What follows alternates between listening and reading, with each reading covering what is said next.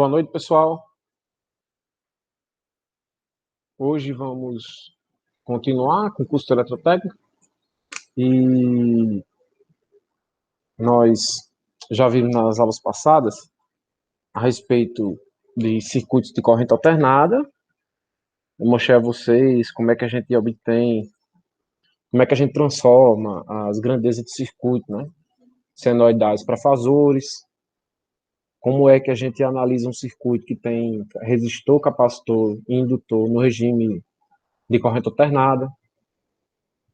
Mostrei para vocês como é que a gente obtém a impedância dos elementos passivos, como fazer a associação desses elementos.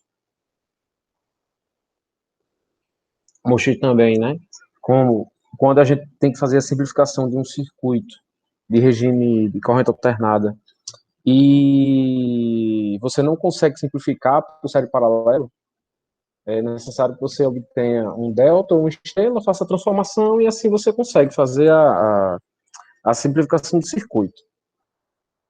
Então, a gente já estudou um pouquinho a respeito de circuito CA.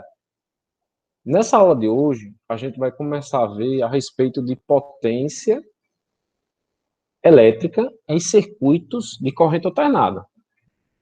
Então, eu falei para vocês lá em circuito de corrente contínua que a potência elétrica de um circuito de corrente contínua, ele é o quê? É tensão vezes corrente. Então, vamos pensar no circuito de corrente contínua. A gente tem um resistor, e esse resistor ele dissipa energia através do efeito Joule, e a potência desse resistor, né, a gente pode calcular de três formas, ou V vezes I, ou RI ao quadrado, ou V ao quadrado sobre R. Então, dessa forma, a gente encontra a potência que esse resistor ele desenvolve. Em circuitos de corrente contínua, os indutores e os resistores, os indutores e capacitores, eles são simplificados por um curto-circuito ou por um circuito aberto, né? Curto-circuito no caso do indutor e circuito aberto no caso do capacitor. E quando o regime é de corrente alternada, a gente não pode fazer isso. Então, esses elementos, indutores e capacitores, eles vão interferir na potência do sistema em corrente alternada. Então, quando você tem um equipamento, que você compra um equipamento, e ele funciona em regime corrente alternada, aquele equipamento ele vai desenvolver uma potência, onde essa potência é o que a gente chama de potência útil. Então, vamos pensar num ar-condicionado. O ar-condicionado é um equipamento que trabalha com corrente alternada, e a potência útil desenvolvida pelo ar-condicionado é o quê? É a potência de refrigeração, né, que ele consegue desenvolver, ele consegue transformar, fazer com que o ambiente que está com temperatura alta, baixe a temperatura. Então, essa seria a potência útil desse ar-condicionado. E essa potência, ela se assemelha ao que a gente tem lá no circuito de corrente contínua. Só que esse ar-condicionado, ele tem o quê? Ele tem um comportamento indutivo, porque ele tem um compressor. E esse compressor, ele vai poder ser aproximado por uma carga resistiva indutiva. Ou seja, ele tem uma corrente atrasada em relação à tensão. Então, para aquele equipamento funcionar, para o ar-condicionado funcionar, ele, além de consumir essa potência que a gente chama de útil, ele também consome uma potência, e essa potência ela fica confinada nos campos magnéticos dentro do indutor. E essa potência, a potência útil, a gente chama de potência ativa, é aquela potência que realmente realiza trabalho, e essa potência que fica confinada nos campos magnéticos do indutor é chamada de potência reativa. Então, esse ar-condicionado, ele consome da concessionária potência ativa e potência reativa.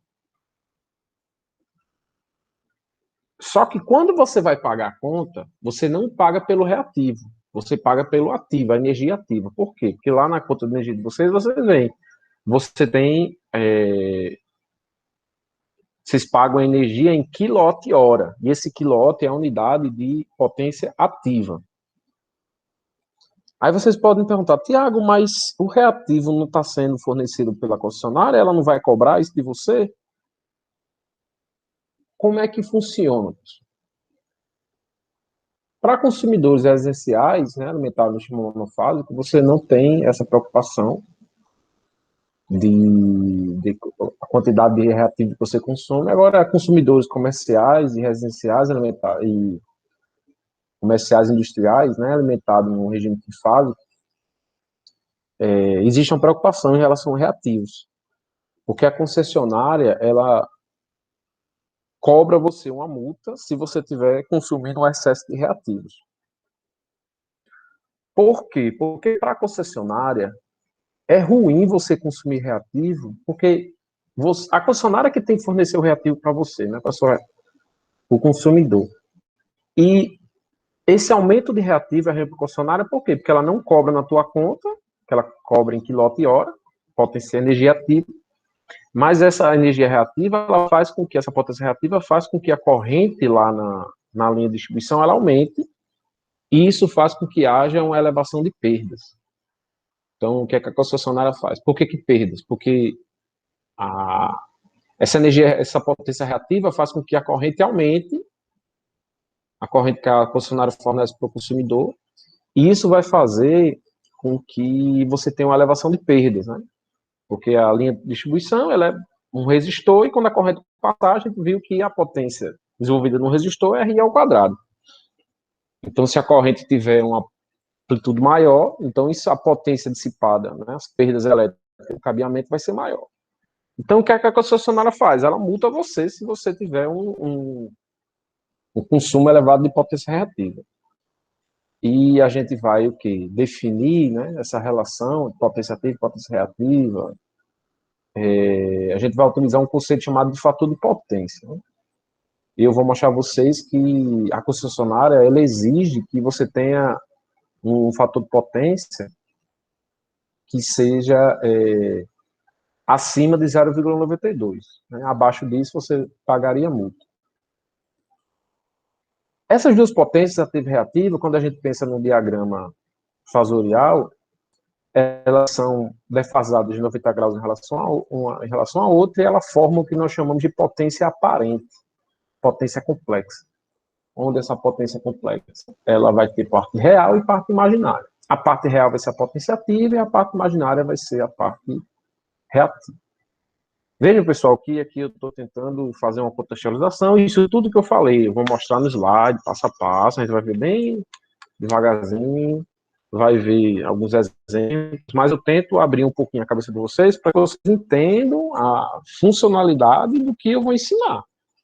Então, vocês, como engenheiros, podem chegar em certo momento da indústria de vocês e vocês necessitem dimensionar um banco capacitivo, que é um equipamento que faz com que o fator de potência eleve e você não pague mais multa. Então, pode ser que vocês tenham essa necessidade na indústria onde vocês trabalham, né? Ou no comércio, que vocês prestam consultoria.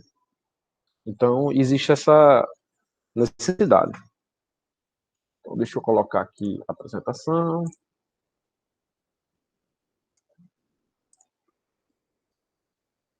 Talvez alguém que já trabalha em indústria já tenha ouvido falar nisso, né? Já tenha feito até o dimensionamento de um banco capacitivo.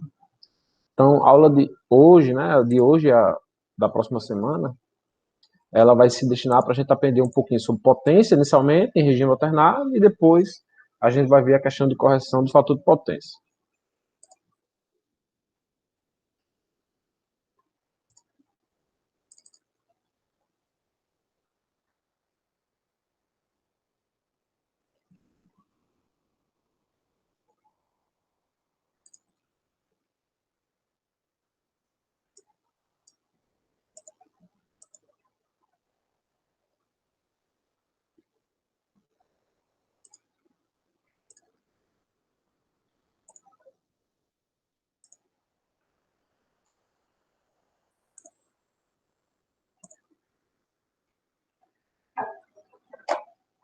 Então, o conceito de potência elétrica. Potência é o quê? É a quantidade de trabalho realizada durante o período de tempo. Então, a potência ela é dada pelo quê? Pela energia, ou trabalho, dividido pelo tempo em segundos. Onde a potência é dada em watts, o trabalho, né, é dado em joule e o tempo é dado em segundo. Em um circuito elétrico, a potência é a quantidade de cargas a qual uma fonte de tensão de magnitude V pode fornecer durante o intervalo de tempo ΔT. Então, a gente tem essa bateria fornecendo potência para essa lâmpada durante um tempo. Então, a gente vai ver o quê? A capacidade dessa fonte de fornecer uma quantidade de cargas para essa lâmpada, para que ela possa fazer o quê? Desempenhar a sua função, né? Que é realizar a iluminação. Então, a potência vai ser dada por Q, é a quantidade de cargas, vezes a tensão dividido pelo tempo. Como a corrente é a quantidade de cargas que circulam no circuito em relação ao tempo, você tem que a potência ela é igual a tensão vezes a corrente. Então, essa é a fórmula clássica de potência, que vai ser a base para potência CC ou potência CA. O que seria efeito Joule, né? Que eu já mostrei a vocês, mas aqui a gente vai repetir. A corrente elétrica, ao atravessar um resistor, uma resistência, dissipa calor. Esse calor dissipado é o efeito Joule, que pode ser verificado através do aquecimento de água para um chuveiro elétrico. Outra forma é o aquecimento do filamento de tungstênio numa lâmpada incandescente, ao qual emitirá um fluxo luminoso. Então, a gente aqui tem dois exemplos do efeito Joule. A gente tem um equipamento onde a gente quer o efeito Joule, que é a questão do chuveiro elétrico. Por quê? Porque você quer que haja um aquecimento da água. E para que isso aconteça, você tem que ter uma resistência, circular uma corrente elétrica nessa resistência. E quanto mais a água for aquecida, melhor para você, né? No caso da lâmpada, é diferente. No caso da lâmpada, o efeito Joule é mais um efeito que não é muito benéfico. Por quê? Porque uma lâmpada, ela não a gente não pensa numa lâmpada para aquecimento, a gente pensa numa lâmpada para iluminar o local. Só que essa lâmpada fluorescente, incandescente, ela, ela, ela tem uma eficiência baixa, por quê? Porque boa parte da energia dela é transformada em calor e outra parte é transformada em energia luminosa. Então a eficiência dessa lâmpada é baixa e as lâmpadas mais modernas, né, a fluorescente compacta e a de LED, elas são bem mais eficientes. A de LED ela é a mais eficiente, onde você tem pouco aquecimento, né? É diferente você pegar uma lâmpada de incandescente e uma lâmpada fluorescente compacta. Você vê que a temperatura da fluorescente compacta é bem menor.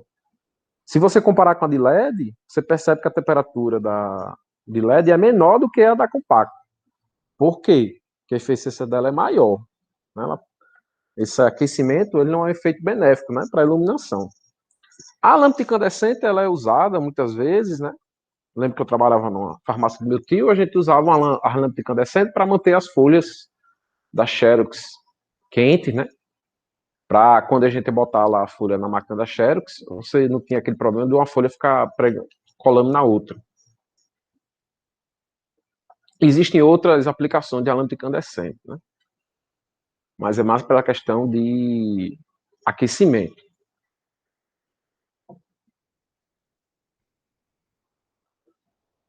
Observe que circuito em corrente contínua, a potência é dada pela tensão vezes a corrente, e essa potência aqui ela vai ser dada por três fórmulas. V vezes I, isso aqui eu já mostrei a vocês, eu estou relembrando.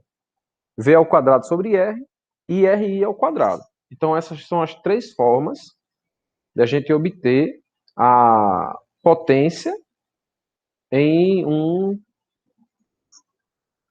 circuito resistivo. São as três formas, né, da gente. V vezes I, V ao quadrado sobre R e RI ao quadrado. Onde essa potência ativa ela é dada em watts, né? Sempre relembrando, a tensão é dada em volts e a corrente elétrica é dada em ampere. E a resistência é dada em ohms. Embora a corrente contínua possa ser do tipo pulsante e constante, essa última é mais comum, né? A pulsante. Porque, geralmente, quando a gente tem circuitos de corrente contínua, nem sempre a gente tem uma corrente bonitinha como essa daqui, ó. Muitas vezes nós temos um circuito, ó, uma corrente que ela se diz pulsada. Mas por que que ela está variando no tempo e a gente considera que ela é contínua? Porque o valor médio dela é o que? É positivo. Vou dar um exemplo. Aqui no laboratório, né, tem uma fonte, onde essa fonte ela faz o quê? A entrada dela é a tensão alternada da rede senoidal e a saída dela é uma tensão DC. E a tensão de saída dessa fonte é exatamente uma tensão assim. Por quê? Porque essa fonte ela tem um equipamento chamado de retificador, e esse retificador ele faz o quê? Ele pega essa parte aqui negativa da senoide e traz para cima, né? Que no regime senoidal a gente tem uma média nula e no regime contínuo a gente tem uma média diferente de zero. Aí alguém pode perguntar, Tiago, isso daqui não é prejudicial se a gente alimentar uma carga? Depende. Que se a frequência, né, da rede elétrica for 60 Hz, essa frequência aqui desse sinal vai ser 120 Hz. Então, quando a gente pega essa fonte e alimenta uma máquina, a frequência de 120 Hz é muito alta comparada com a dinâmica da máquina. Então, ela não sente essa variação. É igual a lâmpada. A senoide, né, a lâmpada, teoricamente, deveria apagar e acender 60 vezes no segundo, porque a tensão ela fica positiva e negativa, né? Só que você não consegue ver, né? Você não tem como ver isso. Porque é muito rápido, é uma frequência muito rápida. Não dá tempo dela acender e apagar, é igual o motor. Ele não vai ficar acelerando e desacelerando, porque a frequência é alta, 120 Hz. Então, muitas vezes, a gente tem grandezas de regime contínuo desse formato aqui, ó. Considerando que a tensão e corrente são constantes, temos que a potência é igual a tensão vezes a corrente. Onde aqui, ó, nós teríamos que ter a tensão vezes a corrente vai dar a potência. E nesse circuito aqui, ó, a tensão vezes a corrente média, vai ser mais ou menos por aqui, né? Vai ser igual ao valor da tensão, vai ser igual ao valor da potência. A potência desenvolvida no equipamento. Então, independente, né? Se a gente tem esse formato ou esse formato aqui, a gente tem uma corrente contínua e a potência é calculada V vezes I. Mas como será o comportamento da potência elétrica em corrente alternada?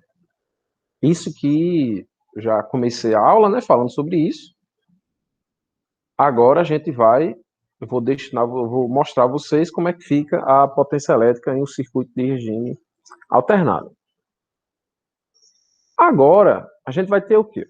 Considere o circuito elétrico ilustrado abaixo, o qual é composto por uma fonte de tensão, ó, uma fonte de tensão que varia no tempo, o qual é composto por uma fonte de tensão e uma combinação de elementos passivos, né? Então, tem uma fonte de tensão e elementos passivos. Esses elementos passivos é composto por resistência, indutância e capacitância. As formas de onda de tensão e de corrente, eles são expressos como? Essa tensão aqui, ela é expressa pelo um seno, com um pico de V máximo. Se o pico é V máximo, o valor RMS vai ser o quê? Vai ser V máximo dividido por a raiz de 2. A frequência angular dessa senoide é o ômega T.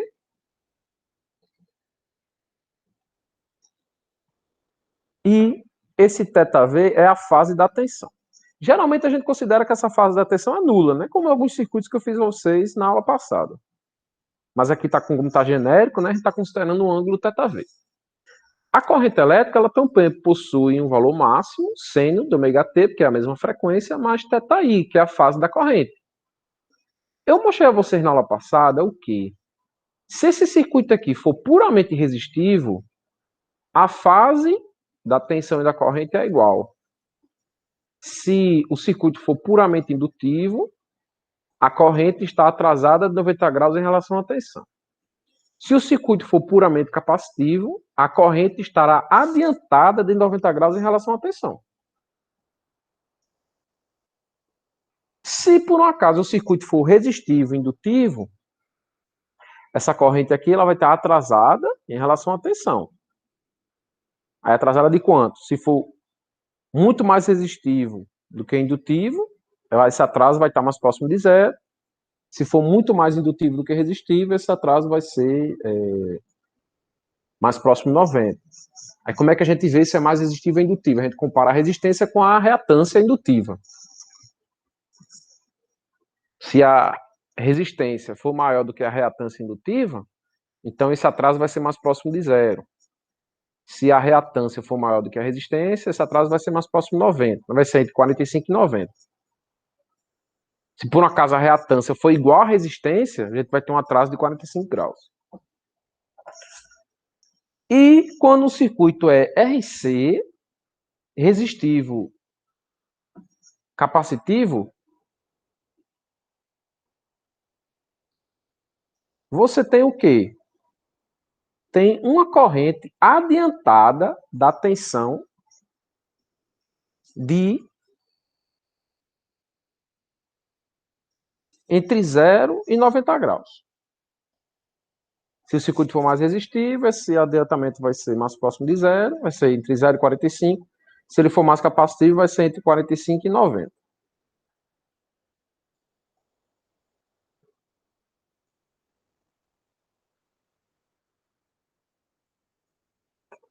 Considerando que a potência, né? A fórmula de potência é o quê? Tensão vezes corrente. Considerando que a potência elétrica é tensão vezes corrente,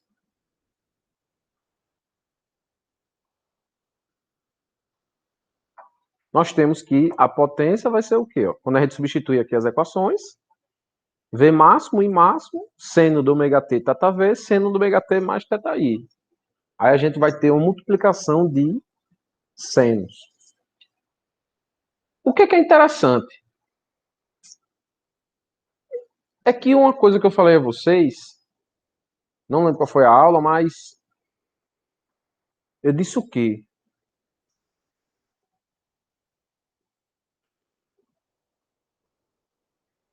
Que apesar das grandezas serem senoidais, que tem média nula, né? Acho que foi em circuito CA. Deixa eu só conferir aqui isso. Meu. Oi? Tá gravando. Apesar das grandezas serem senoidais,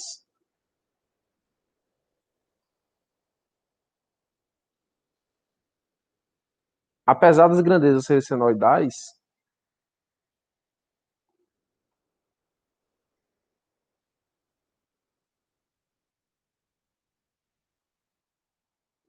e terem média nulas, quando você faz potência, né, que é a tensão vezes a corrente, a gente vai verificar que essa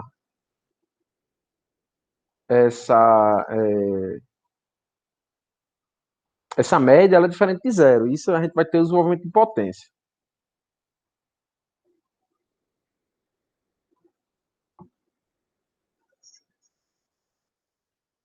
Então, o que é que acontece? Eu pego esse seno de A mais B vezes seno de A mais B.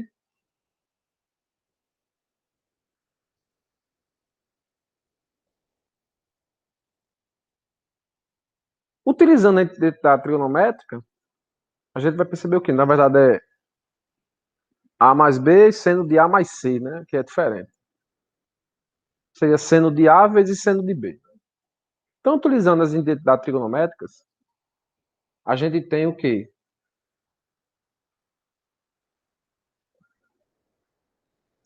Nós temos que essa potência ela vai ter esse termo aqui, que vai ser constante, que vai ser a amplitude da tensão vezes a corrente sobre 2, cosseno de θv menos θi. Isso aqui vai ser um valor constante, porque esse ângulo aqui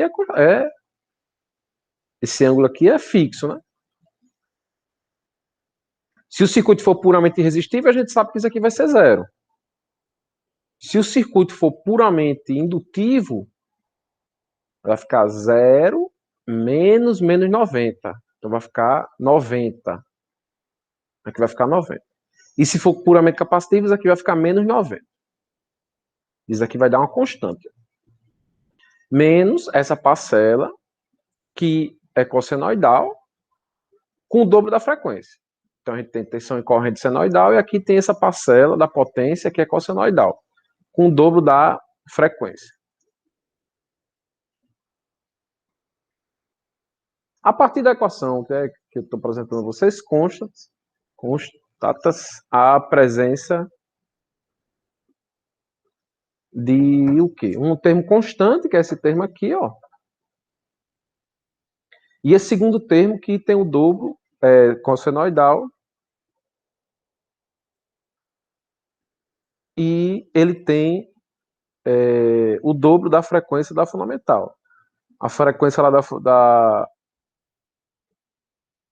fundamental é ômega, a frequência em radianos por segundo, né? A frequência em hertz é ômega sobre 2π. E ela está variando com o dobro da frequência. E tem essa fase aqui que é θV mais θI. Então, quando você olha aqui, né, a potência, ó, foi um ciclo qualquer que desenvolve essa potência, ó, P.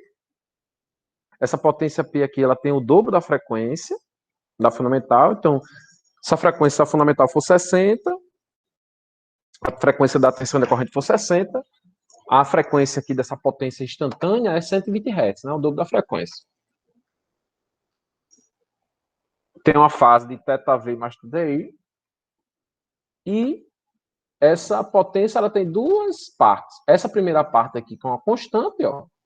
Veja que essa cossenoide, ó, ela não está com a média nula. Essa média dessa cossenoide é exatamente essa parcela aqui, ó, que é adicionada. É um cosseno, né, está fazendo 30 graus. Por isso que está começando aqui embaixo e não aqui em cima. E essa parcela cossenoidal, ó, ela é essa outra parcela aqui, ó. Então a gente divide esses dois termos. O termo constante da equação representa a transferência de energia líquida, isto é, a realização do trabalho. Então, nesse circuito aqui, ó, como a energia líquida ela é diferente de zero, ela é maior do que zero, este equipamento que está sendo alimentado, ele está desenvolvendo trabalho. Então, se isso aí representar um ar-condicionado, o ar-condicionado está gelando o ambiente. Se por um acaso esse termo constante fosse nulo, esse ar-condicionado não estaria desenvolvendo trabalho nenhum. Ele estaria consumindo potência reativa da rede, mas não estaria consumindo potência ativa. Por quê? Porque ele não está entregando potência útil, né? Então, dessa forma, a gente teria essa termo constante aí igual a zero. Esse termo constante é denominado de potência ativa ou potência média, cuja unidade é watts. Então, essa potência aqui, ela se iguala ao quê? Ela é igual àquela potência lá do circuito CC. Então, essa potência aí que vai fazer com que o chuveiro elétrico ele aqueça. A diferença entre os ângulos de fase da tensão e corrente pode ser explicada por θ, né? θV menos θI. Então, em vez de a gente usar aqui θV menos θI, naquele primeiro termo, a gente vai usar θ, que é igual a θV menos θI. Então, aquela equação ali, o termo constante, né, pode ser simplificado pelo quê? V máximo e máximo sobre 2, cosseno de θ, né, θV menos θI. Substituindo a relação de máximo por valor eficaz, a gente encontra que a potência ativa é igual ao valor eficaz da tensão, valor eficaz da corrente, vezes o cosseno de θ.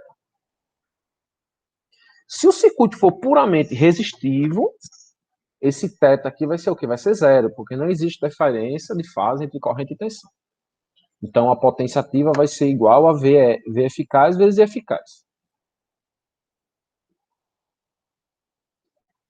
Se, por um acaso, o circuito for puramente indutivo, vai ficar o quê? Vai ficar 0 menos 90. Vai ficar mais 90.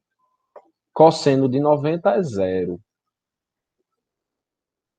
Então, a potência ativa desenvolvida pelo indutor é nulo. E se for puramente capacitivo?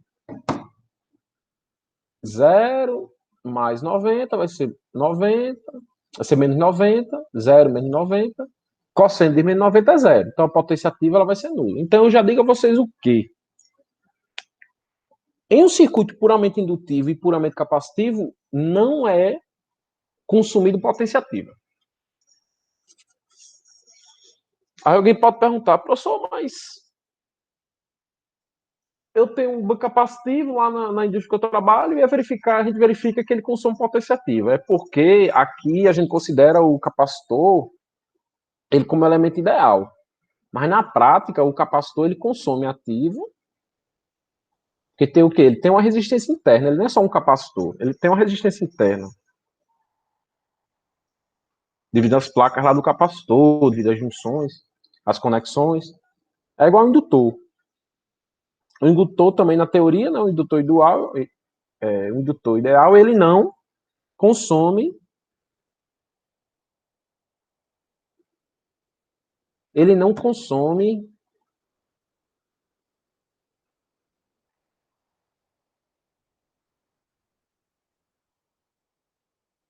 ele não consome potência ativa. Mas na prática ele consome por quê? Porque tem um fio, e esse fio tem o quê? Ele tem uma resistência,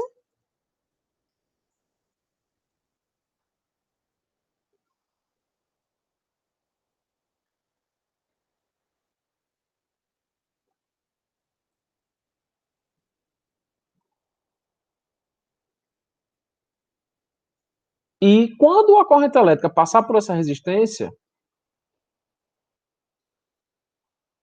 vai ser desenvolvida uma potência ativa, né? Se você chegar no indutor e pegar nele, você vai ver que ele aquece. Mas na teoria, nem indutor nem capacitor desenvolve potência ativa.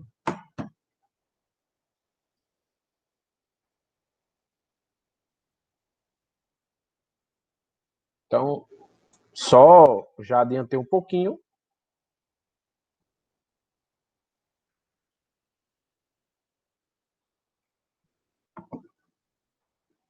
E em relação a resistor, indutor e capacitor.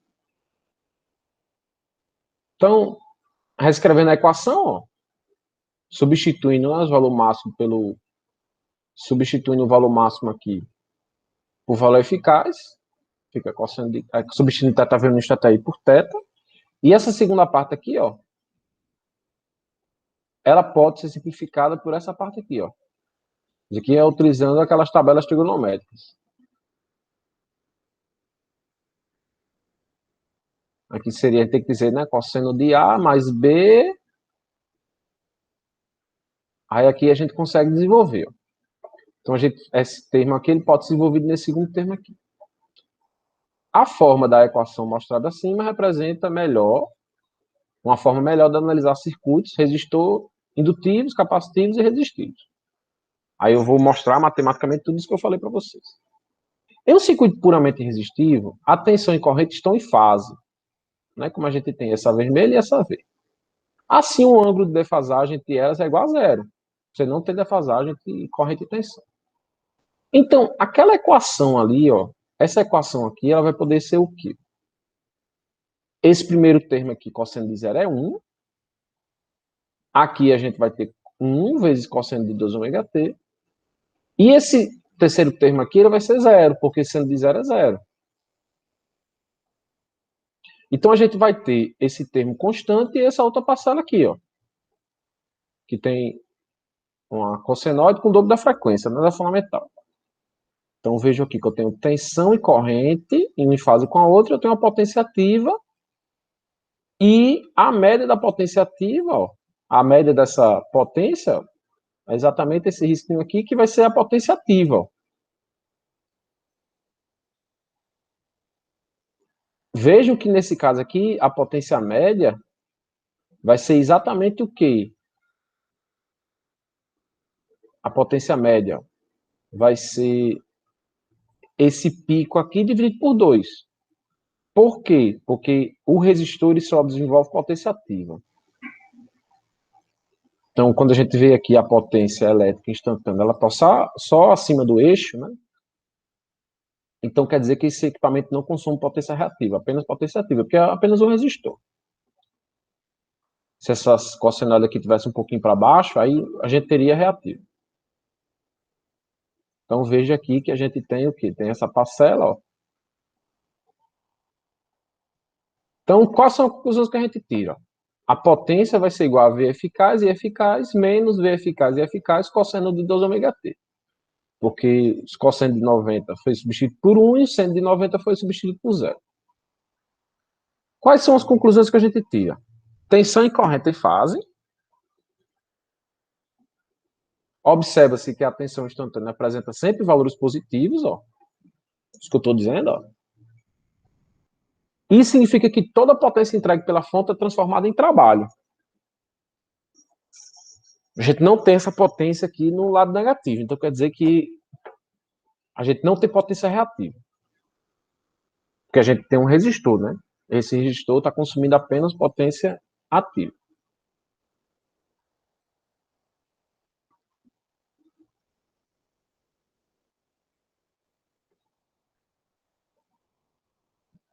Em um circuito puramente indutivo, a tensão está adiantada da corrente em 90.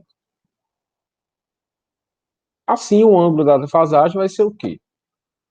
É o que eu digo. Se a gente considerar θv como zero, vai ficar 0 menos 90. Vai ficar 0 mais 90 igual a 90. Então, essa equação aqui de potência vai poder ser simplificada pelo quê? Ó? Cosseno de 90 é zero. Cosseno de 90 é zero. A gente vai ficar apenas com essa parte aqui, porque o seno de 90 é 1. Então, a gente vai ficar apenas com essa parte aqui. Ó. Então, quando nós temos a tensão, ó, no circuito puramente indutivo, né, a gente está com a tensão cossenoidal, a corrente vai ser senoidal, que é atrasada de 90 graus. E a potência elétrica, ela vai ter o quê? Ela vai ter uma média nula. Ó. Por quê? Porque esse equipamento não desenvolve potência ativa. Então, vejam que a média dessa onda aqui vermelha, ela é nula. Ó. O pico positivo e o pico negativo são iguais. Esse termo constante, ó, ela é zero. Essa parte aqui foi nula. Era só a gente fazer, né? A potência ativa é igual a V eficaz e eficaz cosseno de θ. Se o θ é 90, cosseno de 90 é igual a zero.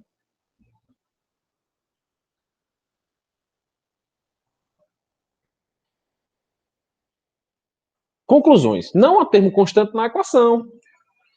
A potência média ou ativa no indutor é nula. Desse modo, não há realização de trabalho, ou seja, não há transferência de líquida de energia da fonte para a carga.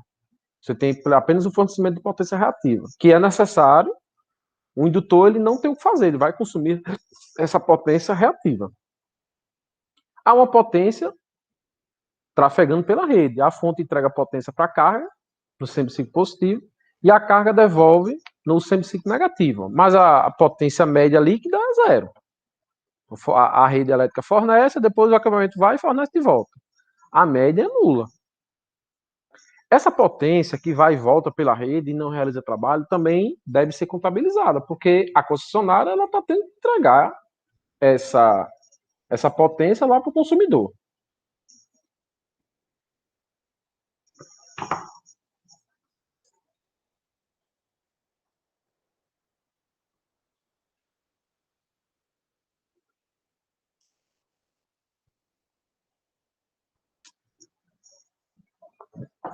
Ela deve ser contabilizada porque a concessionária ela precisa entregar essa potência. E essa potência é chamada de potência reativa e a unidade dela é VAR. A potência ativa tem unidade de watts, o W, e a potência reativa tem unidade de VAR, volt ampere reativo. A potência reativa é o pico da forma de onda.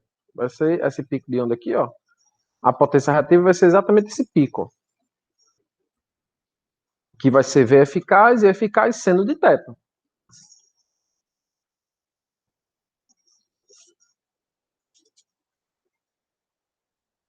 Que é exatamente esse pico aqui, ó.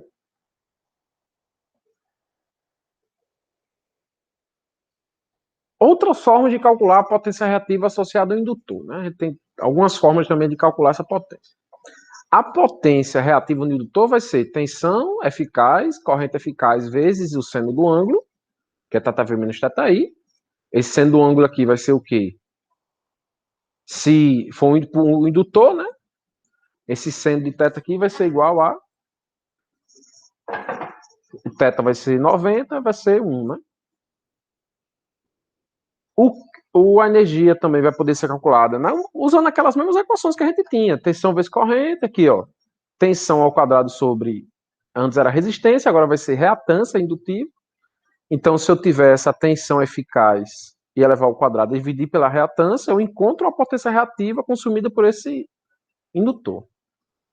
Mas também essa potência reativa ela vai poder ser dada por o quê?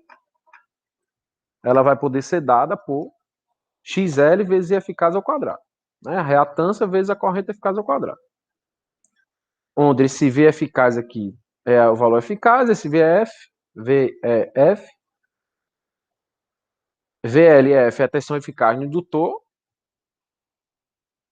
Aqui são as correntes eficazes, a reatância e o θ, que é a defasagem de tensão e corrente. Se o circuito for puramente capacitivo, esse θ não é 90, ele é menos 90, porque a corrente num circuito puramente capacitivo é adiantada da tensão em 90 graus. Então, quando eu fizer 0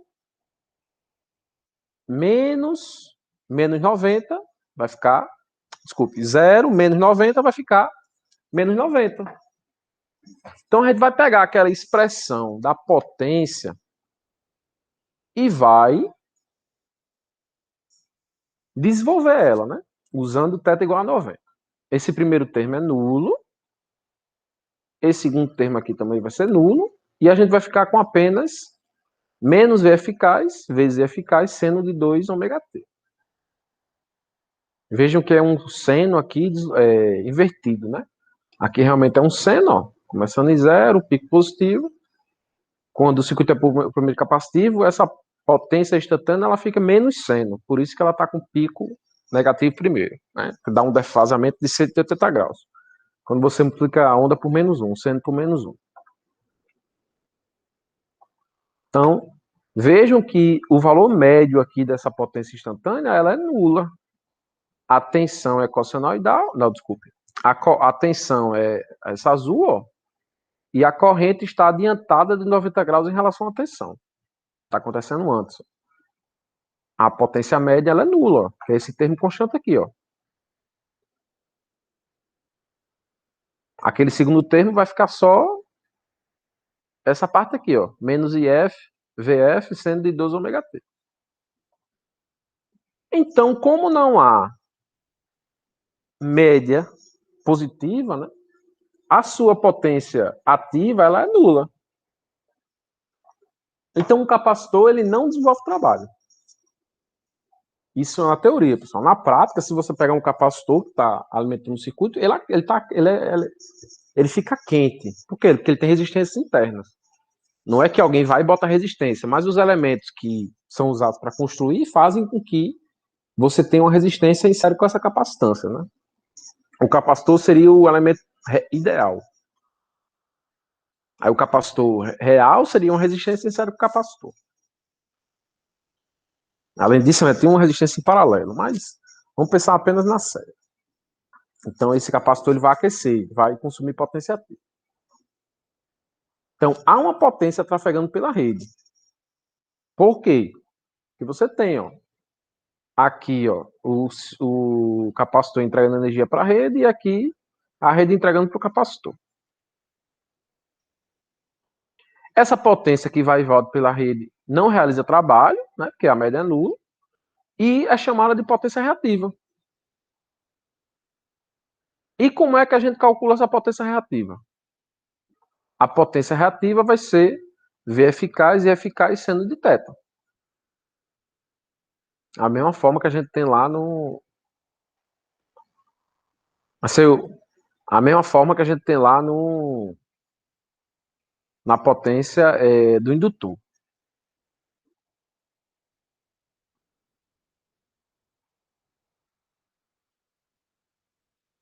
Então, a potência reativa do capacitor. Peraí, pessoal, deixa eu só ver. Vou chegar aqui no laboratório aqui rapidinho. Deixa eu resolver aqui o negócio.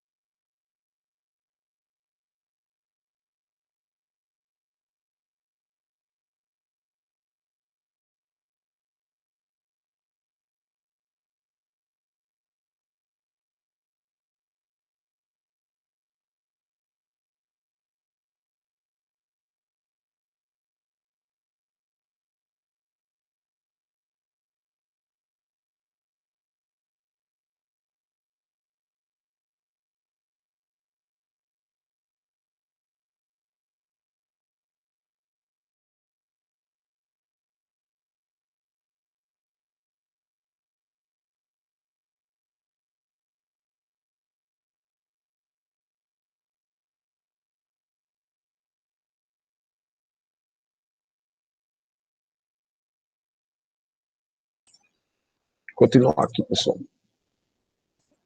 Então, dessa forma, a gente calcula a potência reativa, né, do capacitor usando aquelas mesmas equações. Tensão e corrente, tensão ao quadrado sobre reatância e tensão e reatância vezes corrente ao quadrado.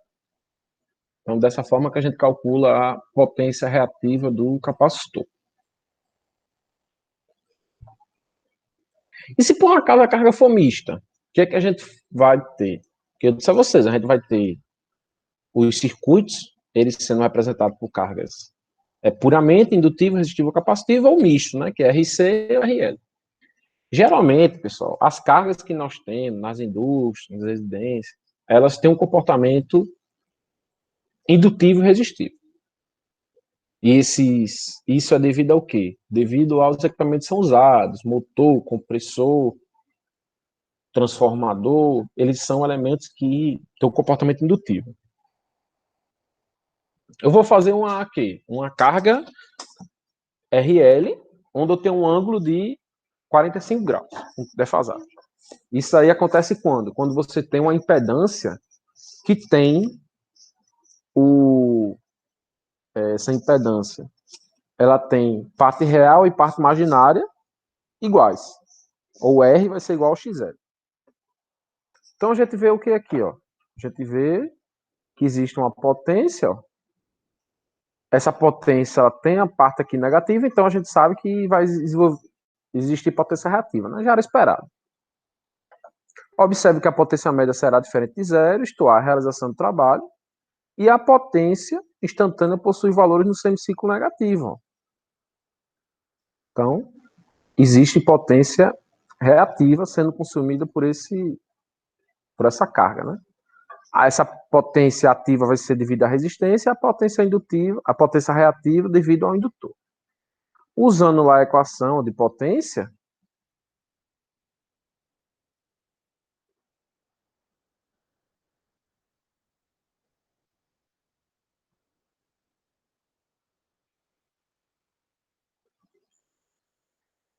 que é que nós vamos ter? Ó?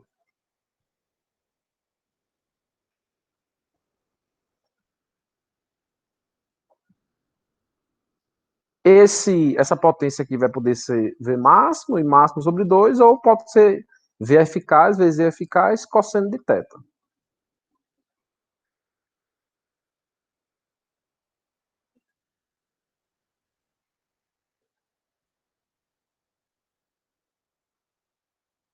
Aqui o contrário, né? Se o cosseno de θ for igual a zero, se o cosseno de θ for igual a 1, a potência média será nula. E se o θ for igual a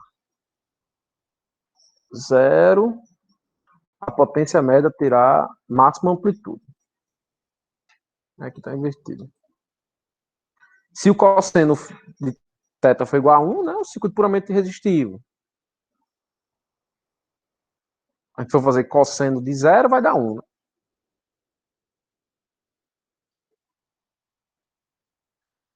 Não, estava certo.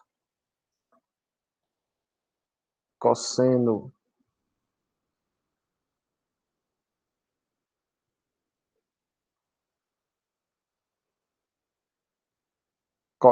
de 0.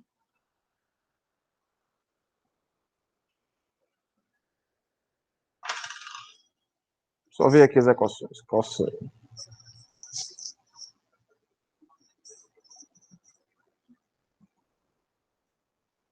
Sim, entendi agora. Porque, tá. Eu entendi, lembrei agora o que é. Se o cosseno de θ for igual a 0, não é o θ igual a 0, eu confundi. Cosseno de θ com θ. Se o cosseno de θ for igual a 0, esse termo aqui for 0, a média vai ser nula, né? Porque não vai existir potência ativa. Se o cosseno de θ for igual a 1, ou seja, o θ for igual a 0, a potência média terá a máxima amplitude.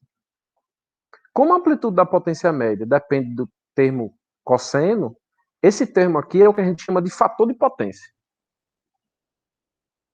Ele vai ser usado muito pela gente. Lembrando que esse θ é o quê? É a defasagem entre a tensão e a corrente. Defasagem angular entre tensão e corrente. Então, vamos pensar no circuito puramente resistivo. A potência ativa é totalmente entrega à carga. Já a potência reativa é nula, né, que eu já tinha mostrado a vocês. Se a gente for fazer V eficaz e eficaz sendo de 0, vai dar 0.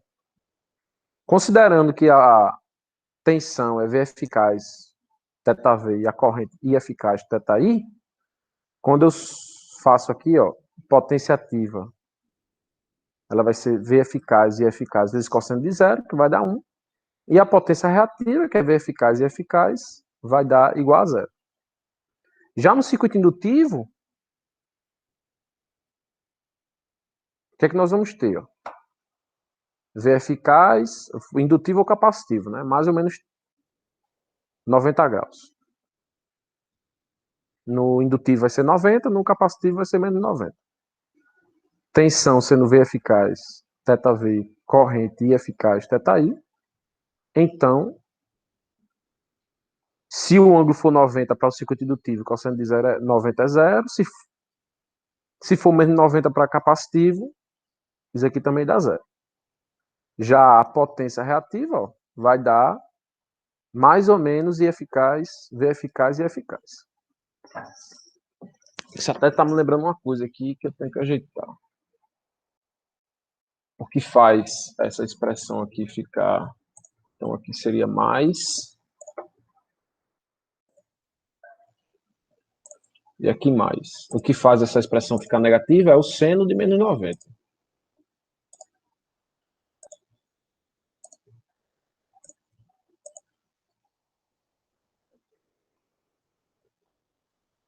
Aí aqui tudo bem, ser negativo e aqui ser negativo.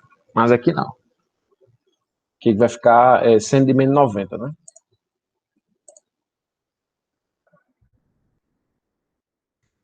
Então, essa potência reativa, se o θ for 90, vai ficar V eficaz e eficaz. Se for menos 90, vai ser menos V eficaz e eficaz. E a potência ativa vai ser nula. E o fator de potência, ele tem alguns tipos. Ele pode ser, como é um cosseno de um ângulo, a gente vai ter que dizer se esse fator de potência, que esse θ, se ele for positivo ou negativo, né, positivo para um circuito indutivo ou negativo para um circuito capacitivo, ele sempre vai dar um valor entre 0 e 1. Então, se eu disser o fator de potência desse circuito é 0,5, você não vai saber se é indutivo ou capacitivo. Então, a gente sempre, quando falar em fator de potência, a gente sempre vai ter que falar se é indutivo ou capacitivo. Se eu disser esse fator de potência é 0,5 indutivo, a gente sabe que o θ é positivo. Se a gente diz que o fator de potência é capacitivo, a gente sabe que o θ é negativo. Então, ó, considerando que o θ é 60, cosseno de θ é igual a 0,5. Se for menos 60, vai dar igual a 0,5. Então, se eu disser só o fator de potência a você, e não disser a característica da carga, vai ficar difícil você resolver, né, as contas. Então, a gente não pode só definir o fator de potência numericamente. A gente precisa também de uma informação qualitativa em função do tipo da carga. Aí a gente vai dizer que esse fator de potência ele é indutivo, capacitivo ou unitário. Unitário quando a carga é resistiva, indutivo quando a carga é resistiva e indutiva, e capacitiva quando a carga é resistiva ou capacitiva. E esse fator de potência ele vai ser dado pelo quê? A gente pode chamar ele de FP, e ele vai ser dado pela potência ativa e de V eficaz e eficaz. Se esse θ for igual a zero, o fator de potência é unitário, porque a carga é resistiva. Deixa eu ver se eu tirei aqui o... Tirei.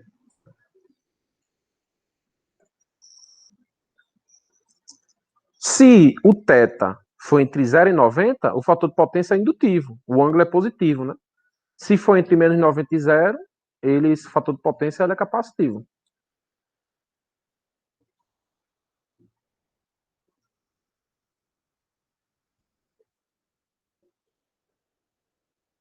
Vamos considerar esse circuito aqui, ó, RL.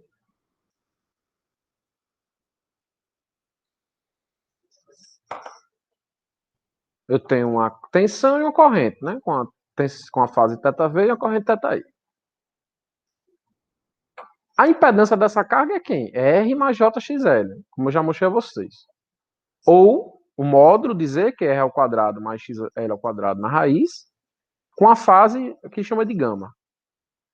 Então, como é que a gente vai encontrar essa impedância? O módulo vai ser R ao quadrado mais XL ao quadrado na raiz. E o θ vai ser o quê? Vai ser o arco tangente, né? A fase aqui vai ser arco tangente de XL sobre R. Vai ficar no primeiro quadrante porque a carga é indutiva. A parte imaginária é positiva. Qual é a impedância vista por essa fonte? Para encontrar a impedância equivalente, a gente tem que fazer o fator tensão sobre o fator corrente.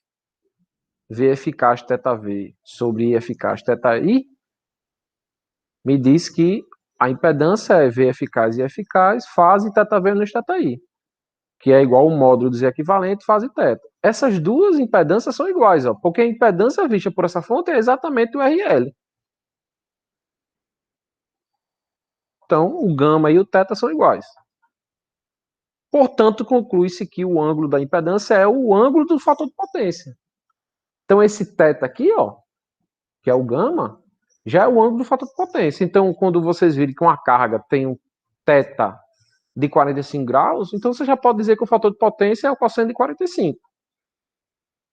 Então, esse θ aqui vai ser exatamente aquele ângulo do fator de potência. Não o fator de potência, porque o fator de potência é o ângulo, é o cosseno do ângulo.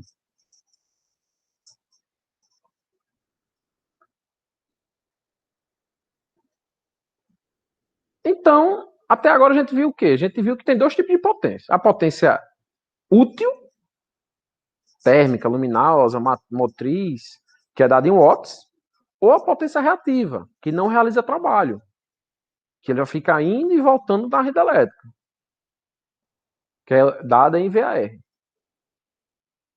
Mas será que existe só esses dois tipos de potência?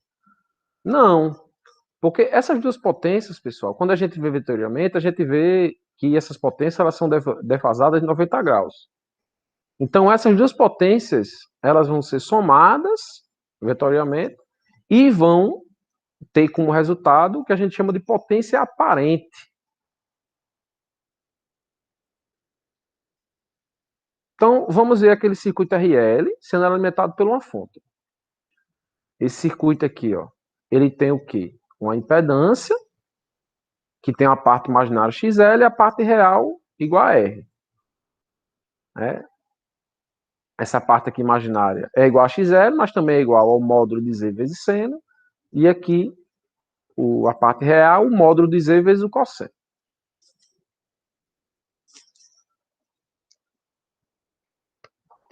Multiplicando essas impedâncias pelo quadrado da corrente eficaz, né?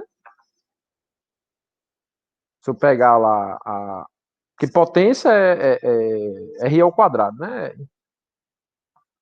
A gente vai ver, ó, que aqui, ó, a gente vai ficar pelo módulo da impedância I eficaz ao quadrado. Aqui, a reatância I eficaz ao quadrado.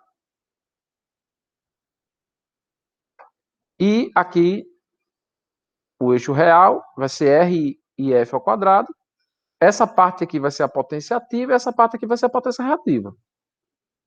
Lembre-se que eu disse a vocês, elas são defasadas de 90 graus, quando a gente vê vetorialmente, né? E esse vetor aqui resultante vai ser o quê? Vai ser a impedância vezes a corrente. Vai ser o módulo da impedância, né? Por isso que aqui ele está dando o módulo de S, o módulo da potência aparente. Então isso aqui vai formar um triângulo de potências, onde a base vai ser a potência ativa, o cateto oposto vai ser a potência reativa e a hipotenusa vai ser o que a gente chama de potência aparente. Vejam que a potência aparente mesmo complexa é P mais JQ. Que aqui ó, é P mais JQ.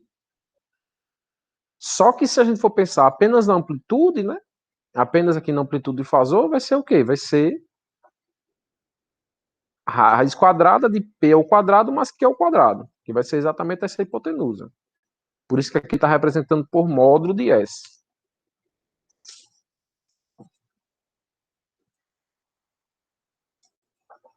Então, além das potências ativa e reativa, há também o que a gente chama de potência aparente, que é chamada de potência complexa. A potência aparente corresponde à soma entre a potência ativa e reativa. E a unidade da potência aparente é VA, volt-ampere. Resulta-se, entretanto, que não é uma soma algébrica. Vai ser uma soma vetorial. Do mesmo jeito que você não pode somar R com X, L, porque tem uma diferença angular entre essas duas grandezas no diagrama fasorial, diagrama complexo. Então você não vai poder fazer isso em relação à potência, né? Você não vai poder dizer que a potência aparente é igual à reativa mais ativa. Existe até, pessoal, um exemplo que as pessoas usam, que é o seguinte, que é o do copo de cerveja. Né? Deixa eu pegar aqui o copo de cerveja.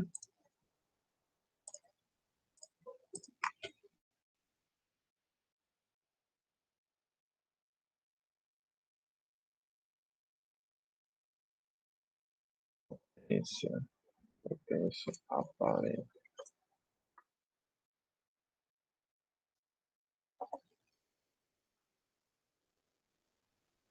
Eu não bebo não, pessoal, mas o pessoal gosta de usar esse exemplo.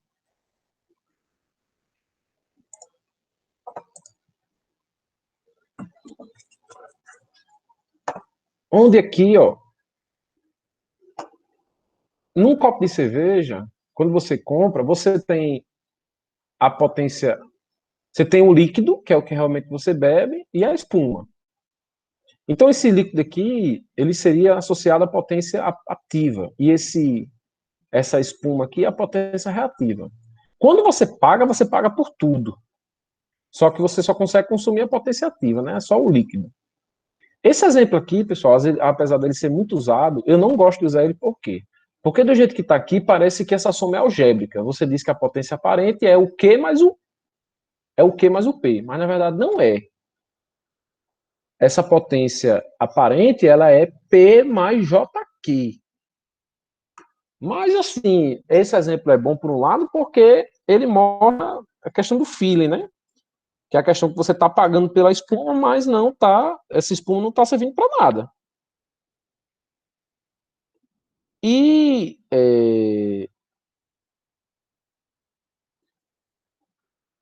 mas você tem que pagar pela espuma. Você tem que consumir a espuma. Você não pode dizer, o cara não vai entregar você com só o líquido. Nesse caso, né, até não é bom porque para o cara é melhor que tenha muita espuma, né? Já para o concessionário não é legal que tenha muita espuma, né? Não tem muita potência reativa. Mas assim, eu não gosto muito desse exemplo, não.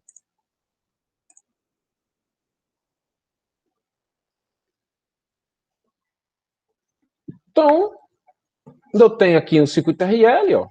A gente tem que impedância é R mais JXL, onde essa impedância vai poder ser representada na forma polar, que é módulo de Z, θ, que eu já mostrei a vocês como é que a gente calcula. A potência, o triângulo de potência, ela vai ser dado o quê? Aqui vai representar a potência ativa em VA, em watts, aqui a potência reativa, e aqui a potência complexa. O módulo, né, essa potência complexa, ela vai ser representada por esse módulo de S.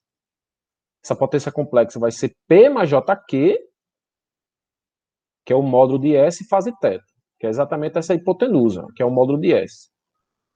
Esse módulo de S vai poder ser calculado por P ao quadrado mais Q ao quadrado.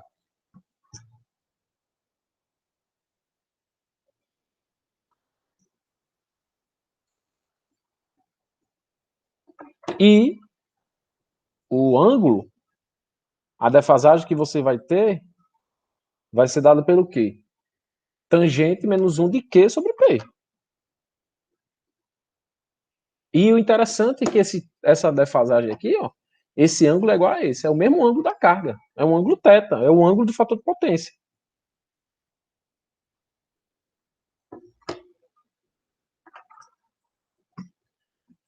Dado o triângulo de potência abaixo, o qual foi obtido a partir do circuito RL, as seguintes equações são válidas. A potência ativa é V eficaz e eficaz cosseno. A potência reativa é V eficaz e eficaz seno. E a potência aparente é a soma das duas. V eficaz e eficaz cosseno, mais J, V eficaz e eficaz seno. Que é P mais JQ. Que também pode ser expresso pelo módulo fase θ. Como é que a gente relaciona esses... a gente encontra cosseno, seno e tangente desse triângulo aqui. O cosseno vai ser cateto adjacente sobre a hipotenusa, o seno, o cateto oposto sobre a hipotenusa, e a tangente vai ser o cateto oposto sobre o cateto adjacente.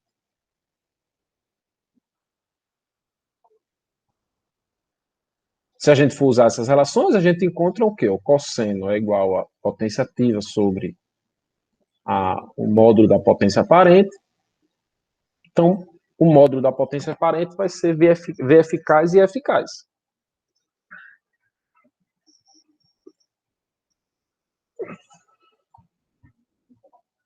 E o que muda se o circuito for puramente, se for capacitivo, né? Resistivo e capacitivo. Por isso que eu tirei aquele medo lá naquela fórmula que tem o seno. Porque a gente já vai ter um ângulo negativo aqui, né?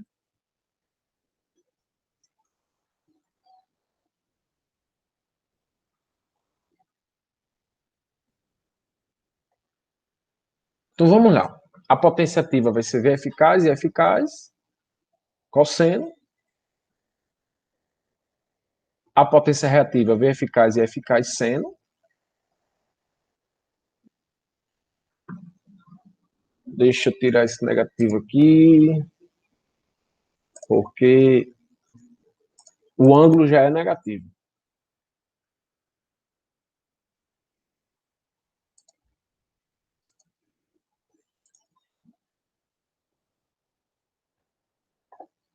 Então a gente vai ter o quê? Ó? Vai ter a potência aparente, vai ser P menos JQ. Esse θ aqui, eu vou tirar isso, pessoal, porque isso gera confusão. Esse θ aqui já é negativo já.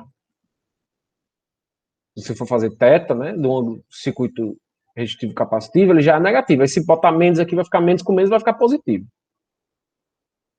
E a potência aparente, ela vai ser negativa. Então, quando você substitui a potência reativa, quando substituir aqui, vai ficar P menos JQ. Então, vou tirar aqui esses negativos, esse negativo. Então, a equação trigonométrica que a gente vai ter vai ser cosseno, seno e tangente, igual que a gente tinha antes.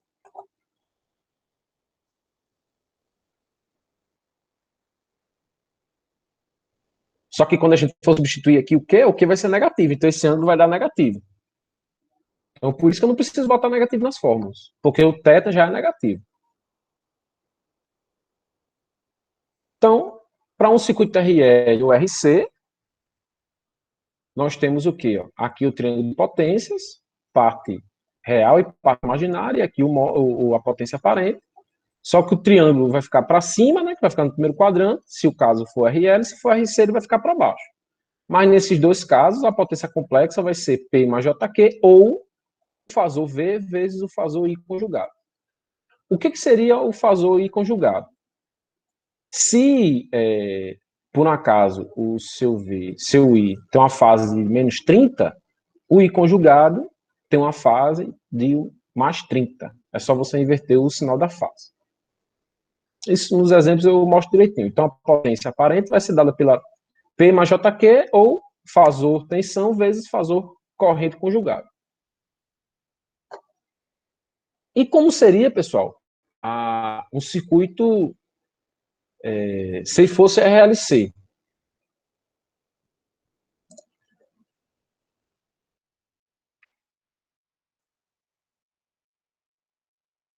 Se o circuito for RLC, vou botar aqui para lembrar vocês.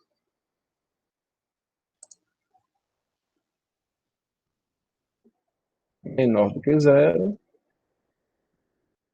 e θ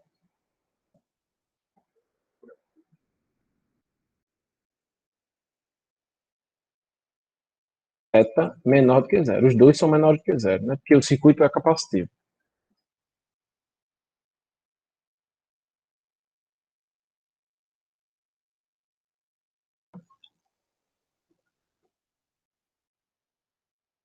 Ó, aqui, ó.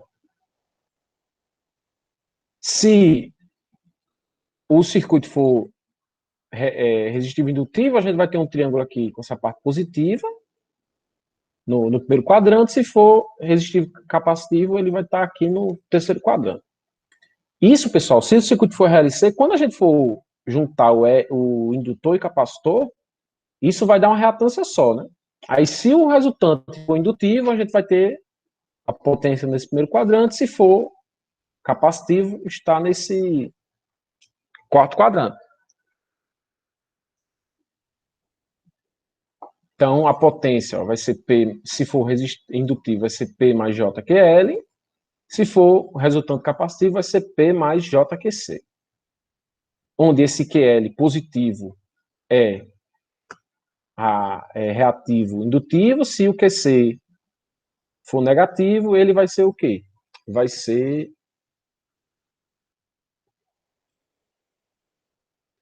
ele vai ser capacitivo, né? Então, dessa forma, pessoal, eu vou parar por aqui. Na próxima aula, a gente continua com esse exercício e eu mostro a vocês a questão lá do como realizar a correção do fator de potência. Então, uma boa noite a vocês e até a próxima aula.